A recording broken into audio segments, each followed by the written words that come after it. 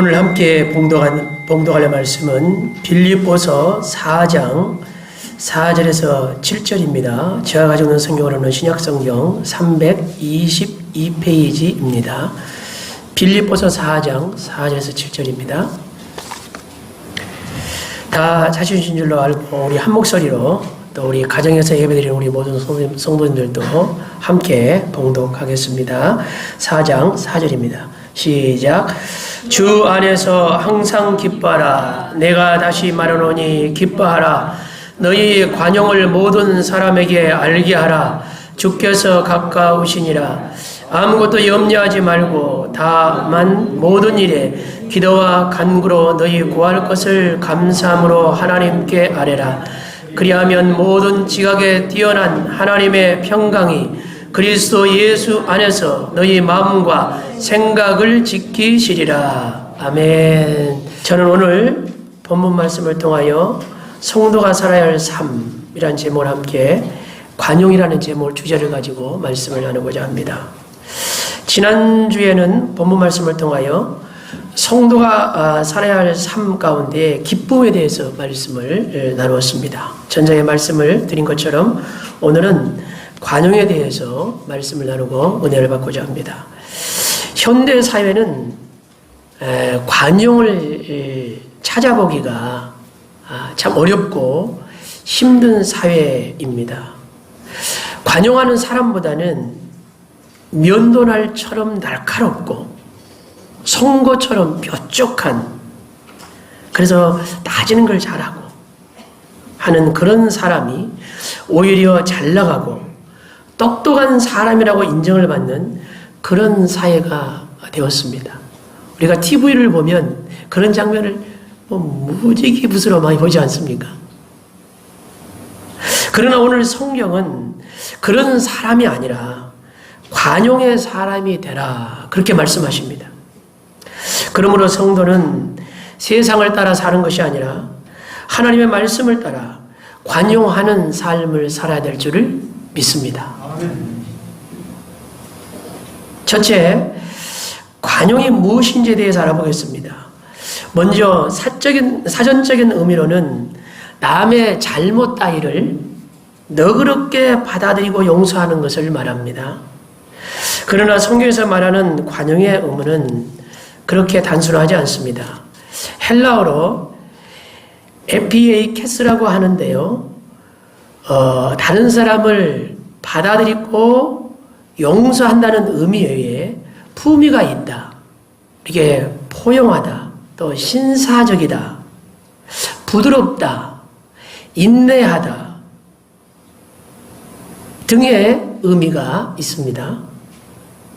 한국에서는 누구에게나 존경받고 목회를 잘 하시는 목사님께 어떤 교수님이 여쭙다고 합니다.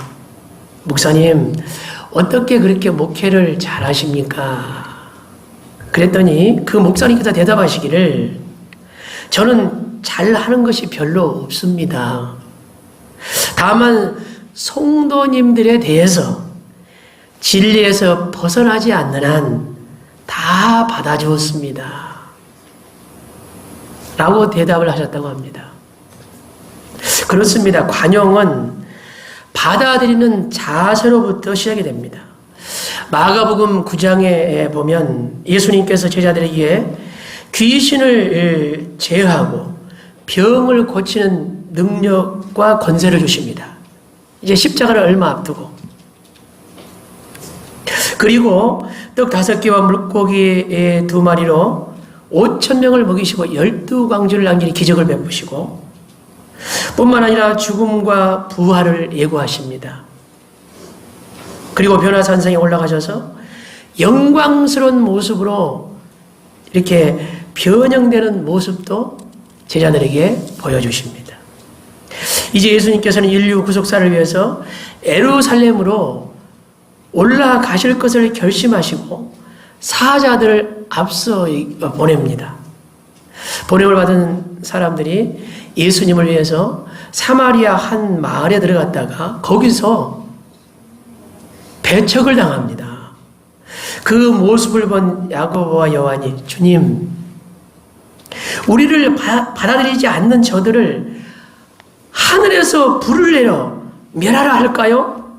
하고 요청을 합니다. 그 말을 들은 예수님께서 그렇게 하라고 하셨을까요? 아니죠. 여러분이 대답한 것처럼. 마가복음 9장 55절에 보면 그들을 돌아보시고 꾸짖었다. 그렇게 말한 야고보와 요한을 꾸짖었다라고 말씀을 하십니다. 적대적으로 대하지 말라는 얘기입니다. 관용을 베풀라는 것입니다. 예수님께서 그렇게 자신을 받아들이지 않는 사마리아인을 받아들이고 제자들과 함께 다른 마을로 가셨습니다. 그렇게 성경이 기록하고 있습니다. 관용은 예수님의 성품입니다. 고린도후서 10장 1절에 너희를 대면하면 유순하고 떠나 있으면 너희에 대하여 담대한 나 바울은 이제 그리스도의 온유와 관용으로 친히 너희를 권한다고 말합니다. 권할 때 바울이 어떻게 권한다고 말씀합니까? 특히 그리스도의 관용으로 너희를 권한다. 관용은 그리스도의 성품일 뿐만 아니라 바울이 그리스도의 관용으로 고린도 교회 성도들을 권면했던 것처럼 그리스도인이 가져야 할, 저와 여러분이 가져야 할 성품인 줄 믿으시기 바랍니다.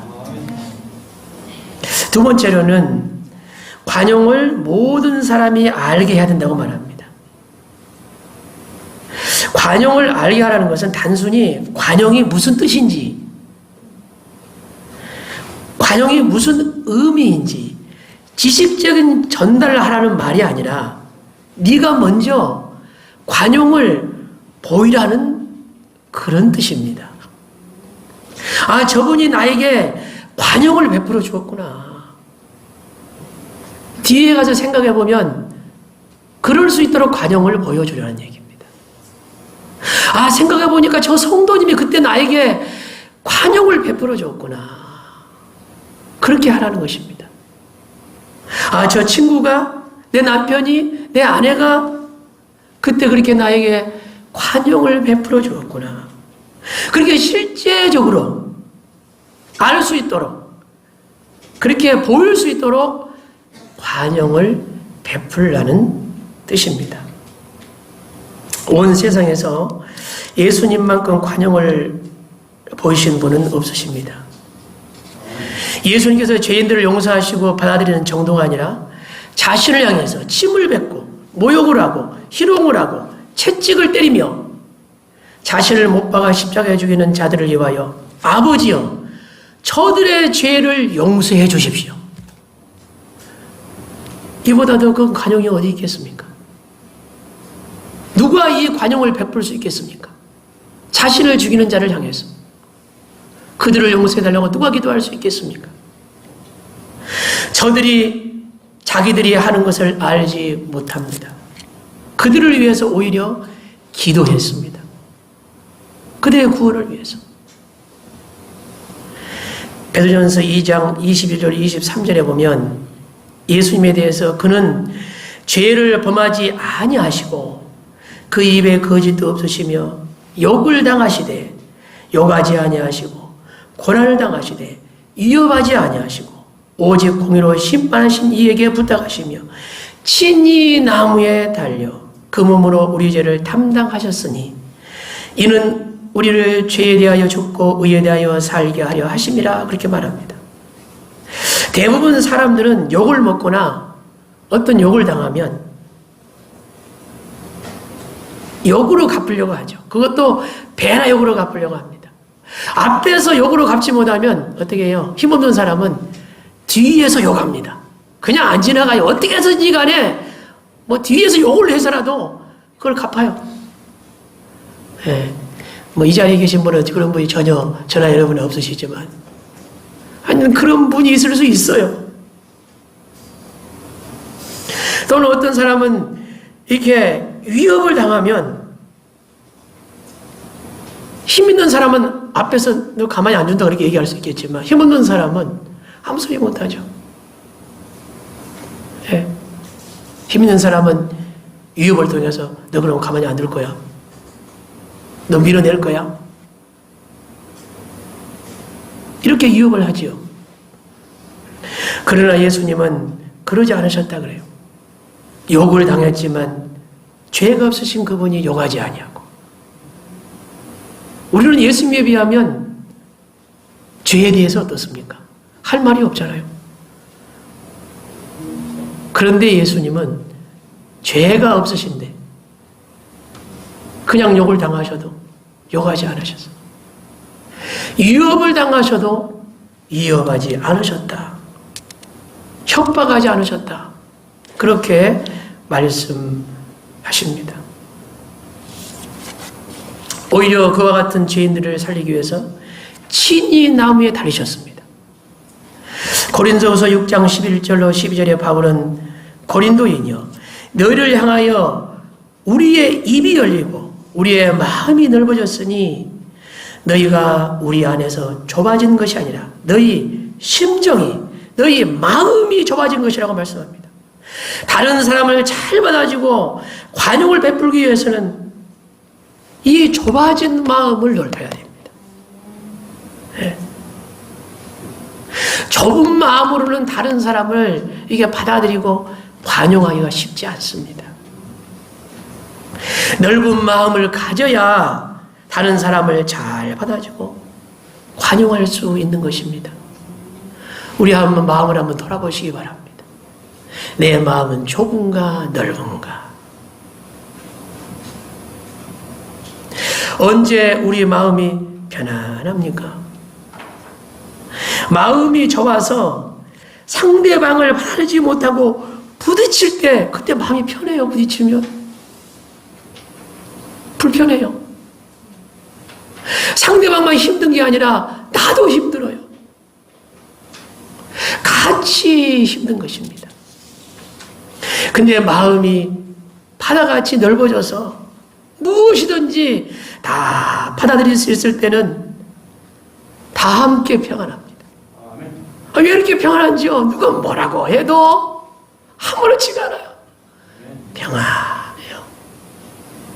함께 평안해요. 복인 줄 믿습니다.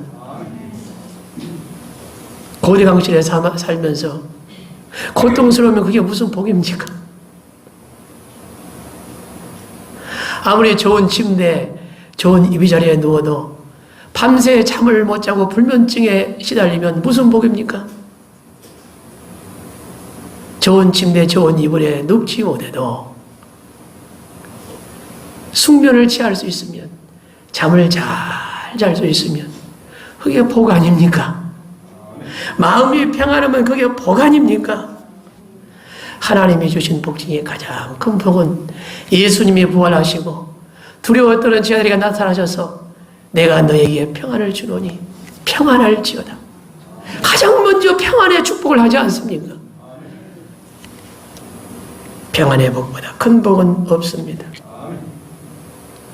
우리가 이렇게 마음이 넓어서 다른 사람을 잘 받아주고 관용하면 마음이 기쁘고 좋다는 것을 알잖아요. 그런데 우리 마음을 종잡을 수가 없습니다. 때로는 좁아졌다, 때로는 넓어졌다. 넓은 마음이 어디 갔다 오면 그냥 또 좁아져 있잖아요. 그래서 부부끼리도 똑같은 상황을 놓고도 어떤 때는 아무렇지 않게 잘 지나가요. 그래, 알았어, 괜찮아. 마음이 바다 같은데 어떤 때는 그 넓었던 마음이 밴댕이 소갈머리처럼 좁아져가지고 여러분이 그렇다는 것이 아니라 송곳처럼 뾰족해서 한마디도 못 받아들이고 용납을 못합니다. 이것이 우리들의 모습입니다. 내 힘으로는 안 됩니다. 나로부터는 안 됩니다. 관용은 나로부터 시작하는 것이 아니라 하나님으로부터, 십자가로부터 시작이 되는 것입니다. 내가 아니라 하나님으로부터 십자가로부터 시작하면 훨씬 더 넓은 마음을 가질 수 있습니다. 그 은혜가 있으면 훨씬 더 관용하는 사람이 될 수 있습니다.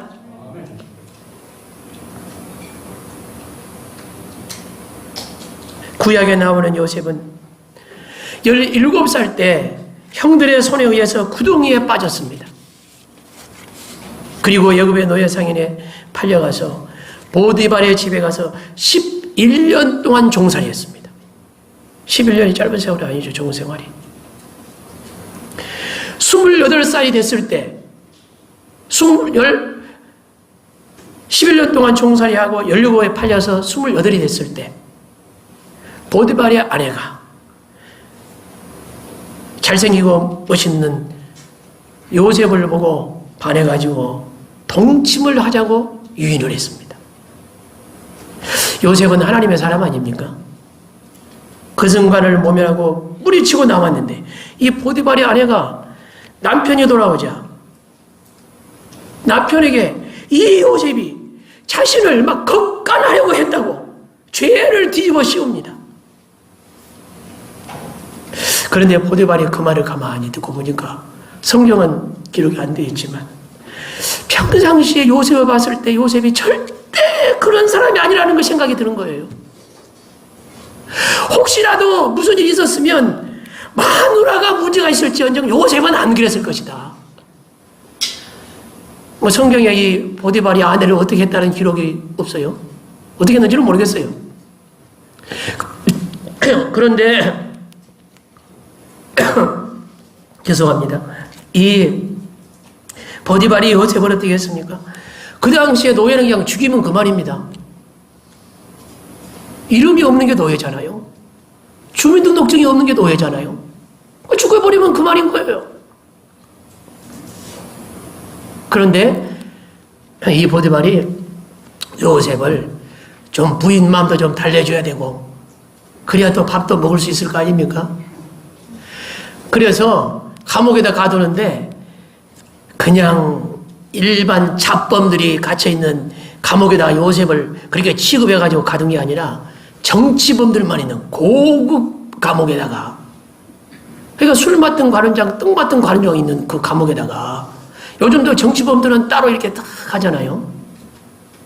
거기다가 이렇게 요셉을 가두었습니다. 그 감옥에서 술떡 맡은 관원장들을 만나서 꿈을 해석해주고 감옥에 갇힌 지 2년 만에 애굽의 총리가 됩니다. 할렐루야.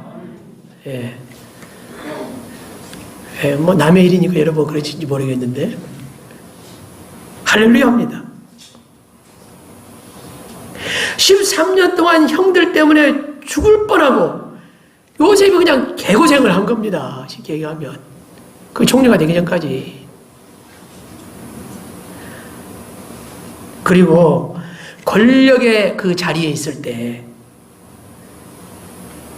형들에게 보복할 기회가 왔습니다. 창세기 50장 20절로 21절에 형들을 그 전에 이게 만나지만 형들에게 이렇게 말을 해요. 애굽의 양식을 구하렀다가 자신들 앞에 애굽의 총리가 돼서 있는 그 요셉을 알아보고 두려워 떱니다. 요셉이 이렇게 말하죠.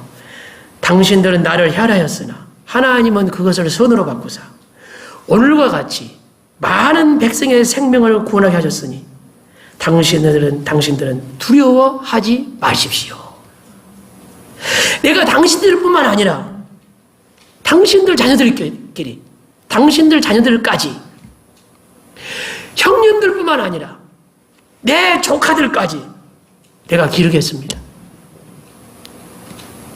간곡한 말로 그것도 위로를 합니다. 간곡하게 위로를 해요. 두려워하지 말라고. 요셉이 어떻게 형들에게 이렇게 넓은 마음을 가지고 관용을 베풀 수 있었을까요?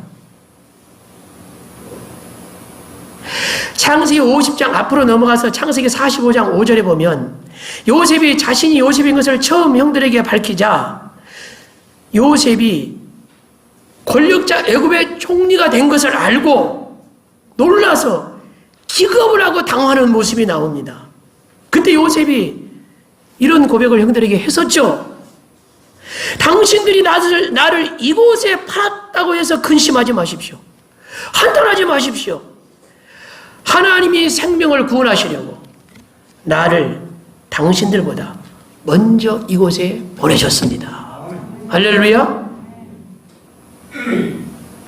지난 13년 동안 있었던 모든 일이 자신의 형들로부터 시작된 것이 아니라, 형님들로부터 시작된 것이 아니라, 나부터 시작된 것이 아니라 하나님에 의해서 시작된 것이라고 요셉이 말하고 있는 겁니다. 형님들 두려워하지 마세요. 하나님에 의해서 시작된 일입니다.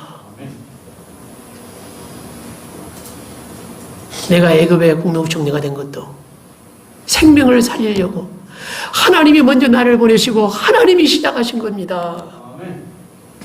그런 고백입니다.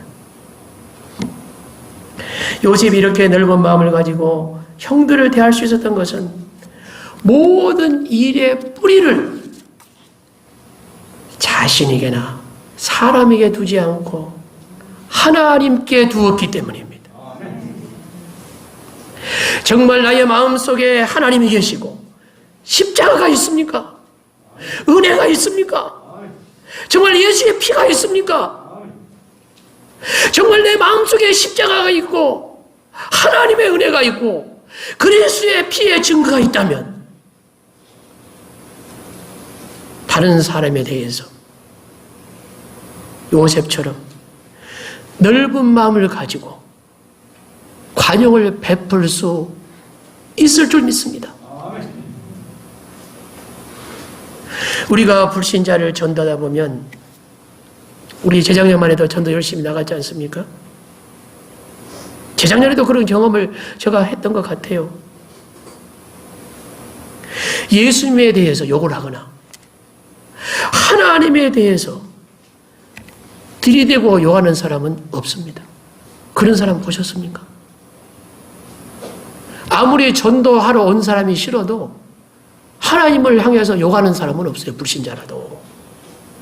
예수님에 대해서 욕하는 사람은 없어요. 불신자라도. 그런데 교회를 향해서 비난하는 사람은 있어요.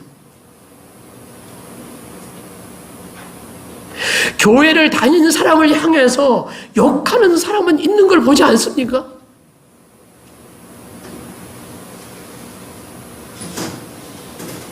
우리가 생각해 봐야 합니다. 하나님은 교회의 감독을 세울 때에 디모데전서 3장 3절에 보면 술을 즐기지 아니하며 구타하지 아니하며 오직 관용하며 다투지 아니하며 돈을 사랑하지 아니하는 그런 사람을 세우라고 말씀합니다. 놀라운 기적과 이적을 행하는, 예수님을 행하는 그런 사람도 필요하지만 이런 사람을 세우라 그래요. 교회 감독으로. 대단한 능력 있는 사람이 아니라.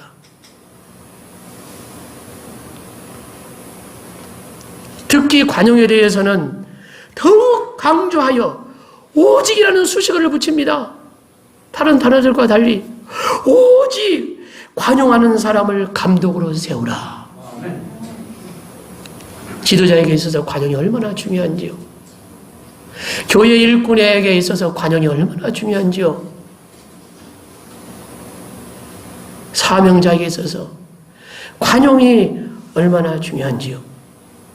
부모에게 있어서 관용이 얼마나 중요한지요. 애들 우리가 키워보면요, 면도날 같이 날카롭고 송곳같이 뼈쪽에서 가르고 찔러대서 자녀가 잘 되는 거 봤어요? 고치든가요? 물론 잘잘못은 가려줘야 되지만 그렇게 면도날처럼 송곳처럼 가르고 찔러서 되는 게 아니라 때로는 때가 되면 철들고 두고 봐야 합니다. 어릴 때 불효자식이 장성하면 효자가 될 수도 있고 그러잖아요. 철들면 모르는 겁니다.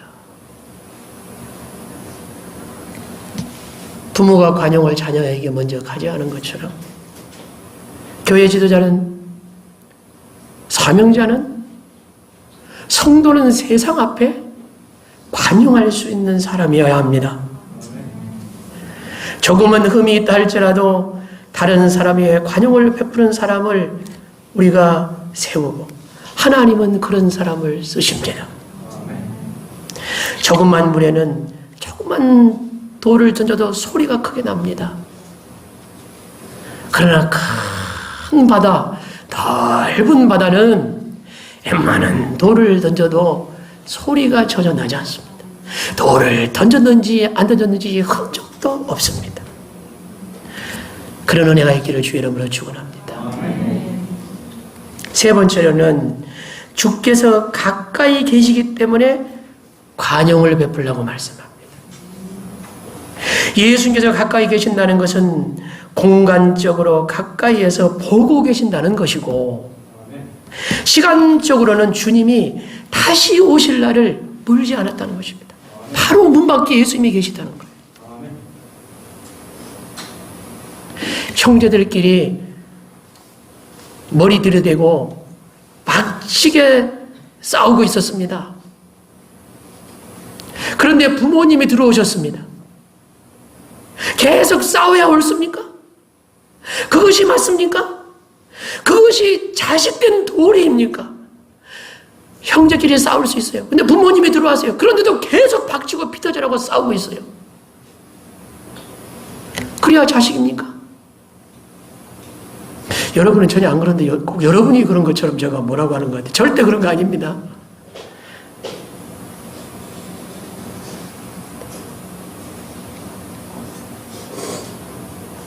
형제들끼리 싸우다가도 부모님이 들어오시면 싸움을 멈춰야 최소한 자식인 것입니다. 자식들인 것이죠. 더 좋은 자식은 어떤 자식입니까? 싸우다가도 부모님이 오실 시간이 가까운 줄 알면 부모님 오시기 전에 형제들끼리 싸우는 모습을 부모님이 보기 전에 싸움을 그치면 더 좋은 자식이죠. 할렐루야. 더 좋은 자식은 어떤 자식입니까? 형제끼리 베풀고 싸우지 않고 서로 돕고 보듬고 희생하며 사는 자식 아니겠습니까? 우리가 이렇게 살다가 예수님이 오신다는 말씀처럼 갑자기 왔어요. 근데 찌찌게 싸우고 있는데 주님이 딱 왔어요. 그럼 어떻게 될까요? 주님이 좋아하실까요?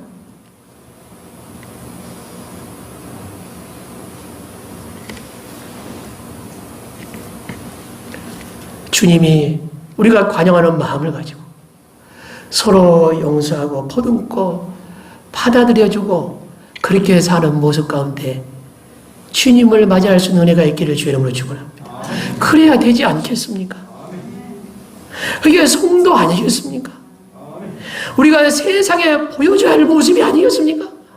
왜 전도 나가면 세상에서 교회를 욕을 합니까? 교회가 자기들끼리 뒤쳐지고 싸우니까. 법정으로 끌고 나가서 싸우고. 그 욕 안 하겠어요? 하나님을 향해서 예수님을 향해서 욕은 안 해도 욕을 한다니까요. 요셉이 자신에게 잘못한 형들을 대할 때 형님들 두려워하지 마십시오. 다 하나님께서 하신 일이고 하나님이 선으로 다 바꾸셨습니다. 할렐루야. 요셉 같은 마음 가지면 다 선으로 바꿔주실 줄 믿습니다. 형님들뿐만 아니라 형들, 자녀들, 조카들까지 저가 다 보살피겠습니다. 다 기르겠습니다. 이렇게 형들에게 관용을 베푸는 모습을 말씀을 좀 생각해 봤어요. 그 전에 요셉의 아버지가 야곱 아닙니까? 야곱이 천국 갔거든요. 그런데 그 천국에서 이 야곱 아버지가 요셉이 그렇게 하는 그 모습을 보고 얼마나 기뻐했을까? 할렐루야. 여러분 기쁘지 않으세요? 여러분 야곱이라고 생각해봐요. 이 요셉이 형들에게 복수를 한다고 그러고 복수를 안 할지언정 돌봐주지 않을 수도 있는데, 야, 요셉이 형들을 다 품고 받아들이고, 형님들 두려워하지 마세요. 내가 다 자식들까지 돌봐주겠습니다. 조카들까지 돌봐주겠습니다. 야곱이 얼마나 감사했을까, 하나님 앞에. 야곱이 천국에서 하나님께, 하나님, 요셉 같은 자식을 줘서 너무너무 감사합니다, 하나님. 기뻐하면서 야곱이 찬송을 했을 거예요. 그런 생각이 들어요. 그게 얼마나 은혜가 되든지요. 마태복음 18장 21절로 22절에 베드로가 형제가 죄를 범하면 몇 번이나 용서해 주면 되겠습니까? 7번 용서해 주면 되겠습니까? 베드로는 정말 자신이 관대한 사람처럼 자신 있게 예수님께 물었습니다. 그때 예수님께 대답하셨습니다. 7번뿐만 아니라 7번씩 70번까지 용서해줘라. 490번 아닙니까? 이것은 불가능한 일입니다. 여러분, 똑같은 잘못을 490번 용서할 수 있어요? 저도 힘들 것 같아요. 이거 어떻게 용서해요? 2번도 용서하기 힘든데, 좋은 말도 2번 하면 듣기 싫은데, 보통 그러잖아요. 예수님께서 이 불가능한 숫자를 왜 말씀하셨을까요? 490번까지만 용서하면 된다는 말씀이 아니라 계속 용서하라 그 말이에요. 이게 불가능한 숫자를 얘기한 건 계속 용서하라. 관용을 베푸는 것도 훈련입니다. 여러분, 우리가 한번 참는 것도 한 번 참잖아요. 그 다음에는 참는 게 더 쉬워져요. 근데 못 참고 계속 화내보세요. 이를 종일 못 참고 화내요. 아니, 그렇다니까요. 한번 해보세요. 저 말이 안 믿겨지면 한번 해보십시오. 관용도요, 처음에는 관용하기가 힘들어요. 그런데 주님 말씀 생각하고 주님부터 시작하고 십자가를 가슴에 안고 한 번 참고 2번 참고 한 번 관용하고 2번 관용하고 받아들이고 베푸는 것을 반복하다 보면 뒤에 가면 넓은 마음이 생겨서 바다같이 돼요. 자기도 모르는 사이에. 십자가의 은혜가 안에 하나 들어오는 거예요. 그 훈련을 통해서. 그래서 관용하는 사람이 되어 가는 것입니다. 그래서 관용을 한 번이 아니라 계속적으로 하는 은혜가 있기를 주의 이름으로 축원합니다. 우리가 관용을 베풀 때에 모든 사람에게 관용을 베풀어야 합니다. 그러므로 모든 사람이 알게 하라고 말씀합니다. 관용을 베풀 때에 관용을 베풀기 쉬운 상대도 있고 베풀기 어려운 상대도 있을 것입니다. 그것도 따지지 말고 관용을 베풀라는 것입니다. 여러분, 멀리 있는 사람하고 가까이 있는 사람하고 누구에게 관용을 베풀기가 더 쉬울 것 같습니까? 멀리 있는 사람에게 관용을 베풀기가 더 쉽습니다. 오히려 가까이 있는 사람에게 관용을 베풀지 못하고 실수하고 상처를 줄 때가 더 많습니다. 여러분, 미국에 사는 사람하고 여러분 상처 줘요? 어떻게 보면 가정 안에서 상처를 더 줘요. 잘못하면. 그게 쉽지 않아서 그래요.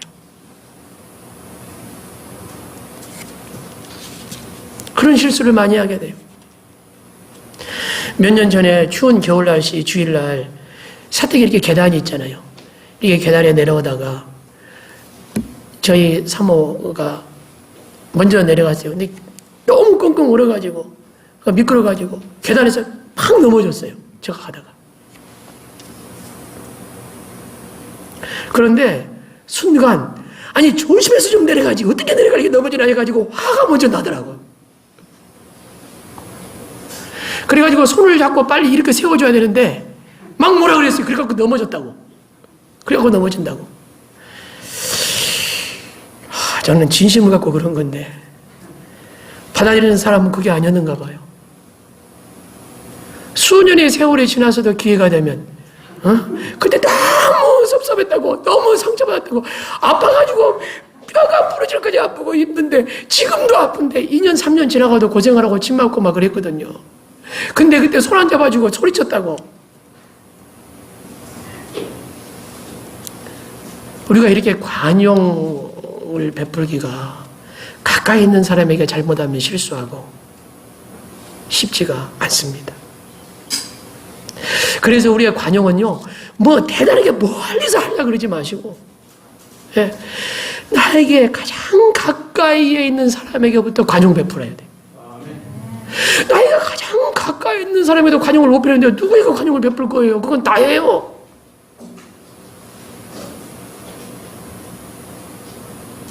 내 가까이에 있는 가족, 내 가까이에 있는 성도, 내 가까이에 있는 이웃부터 이렇게 관용을 베푸셔야 돼요. 그리고 넓혀가시기를 주의 이름으로 축원합니다. 디모데전서 4장 8절에 누구든지 자기 친족, 특히 가족을 돌보지 아니하면 믿음을 배반한 자요, 불신자보다 더 악하니라 그래요. 가족을 돌보지 않으면 배반한 자래요. 불신자보다 악하대요. 우리가 그리스도 안에서 한 가족이요, 한 성도 아닙니까? 가까이에서 관용 베풀지 않으면 그러는 거예요. 가정에서나 교회에서나. 마태복음 6장 15절에 너희가 사람의 잘못을 용서하지 않으면 너희 아버지께서도 너희 잘못을 용서하지 아니하리라 그래 말씀합니다. 얼마나 무서운 말입니까? 하나님 앞에 용서 못 받으면 안 되잖아요. 책임을 묻겠다는 거 아닙니까? 주께서 가까이 계십니다. 주께서 보고 계십니다. 다시 오실 예수님께서 문 앞에 지금 서 계십니다. 관용은 예수 그리스도의 성품이요, 그리스도인이 살아가야 할 가장 중요한 덕목 중에 하나입니다. 관용의 삶을 살아감으로 예수 그리스도의 성품을 나타내고 하나님께 영광을 돌리는 복된 은혜가 있기를 주의 이름으로 축원합니다.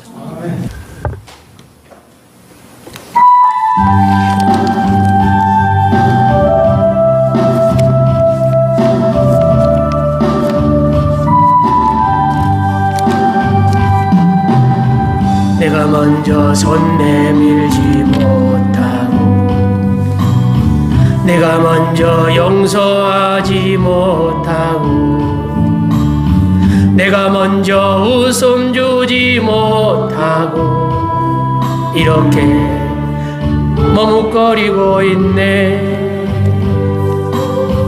그가 먼저 손 내밀기 원했고 그가 먼저 하길 원했고 그가 먼저 웃음 주길 원했네. 나는 어찌된 사람인가.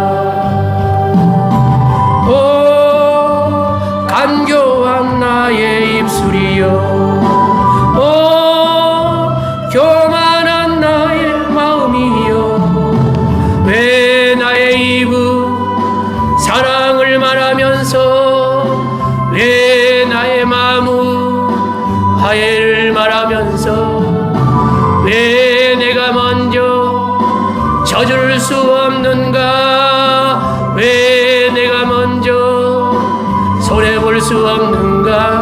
오늘날 나는 오늘 나는 주님 앞에서 몸둘 바 모르고 이렇게 얽히며 서 있네. 어쩔 수 없는